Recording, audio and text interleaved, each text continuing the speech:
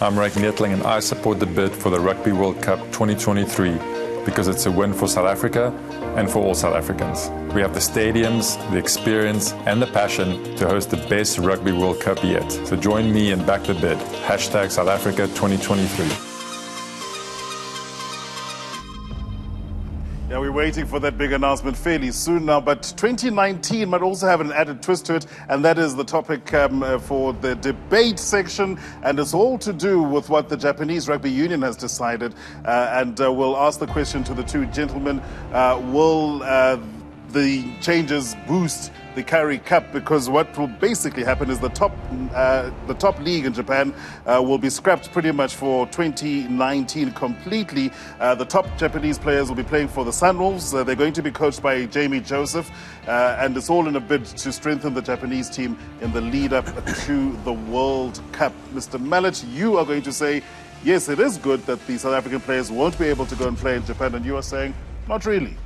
Well, I'll start off if I can. John started off the last time, so I'll take it this time. John, I think that it is good for our rugby for two main reasons. First and foremost, it will keep our players in this country because at most they can sign a year's contract, which is 2018, but they won't be able to sign a 2-year contract to go over there. And that'll retain them in the Currie Cup, I believe. But secondly, and much more importantly, experience has shown that players who've gone from a South African season and gone to Japan, they might have performed well in Japan, but the following season in Super Rugby, they are dead in the water. They are unable to play. We saw Pollard injured, we saw Dallander injured, we saw Etzebeth injured, we've seen players, every player coming back. Willie Leroux was injured when he came back.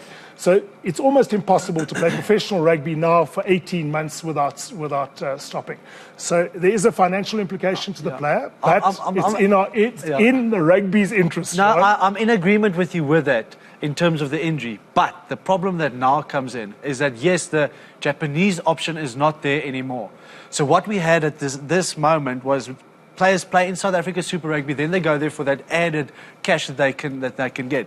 Now, with the policies that's in place in terms of selection for Springboks, World Cup year, it's open season. So they can select anyone, doesn't matter where you're based. So we'll probably lose guys for Super Rugby along with Currie Cup season because guys might now sign for French and UK clubs from the start because they will be eligible for the Springboks anyway in that year. And that's where the risk is for me. Well, my view is that the decision that's been taken this year, which is to concentrate on local-based players, has proved to be a successful one for the Springboks. I think that the players that are challenging each other in a Super Rugby context, you can judge which player is performing better, what player is on form. Whereas a person who's playing in a French championship side for Agen, perhaps, or for La Rochelle, in a European competition, very different fitness criteria, very different game plan criteria, weather. And so to bring 4 or 5 of those players, I think it's disruptive. Yep. And so while our players may go overseas for financial reasons, our rugby will benefit from the players who remain in this country. If they want to play in the World Cup, they should remain, play Super Rugby and compete to win places in that squad. And I think in terms of the debate, because in that principle I totally agree as well. But the fact that I do think that there will be a risk that guys will see the opportunity to earn more money abroad. The Japanese option is out the window now. So if South Africa can find a way where they can match the money that the guys can earn overseas, perfect. Then we can keep them here and there's still a financial benefit to it as well. So it's our second debate and I suppose I won again. So I don't think you did funny enough this time. I think you've agreed with me 3 times and I'll take the win. Let's agree on it again. Yeah, well, I suppose the guys are taking opposite views for just pretty much the debate, but just very quickly, gentlemen. It's the money. It's the money that the player is going to lose his money. That is the only negative and for the players. But how good would that be for Japanese rugby to have the top players playing in Super Rugby, pretty much like the Jaguares? We've been asking for it on television, saying they can't just put a pickup side of some foreigners and people that don't come from Japan and a coach from outside. It's got to be a big investment by the Japanese Rugby Union, where the owners of the companies that run their teams release their best players, and that team is coached, a wider squad of 35, 40 players are coached by the national coach.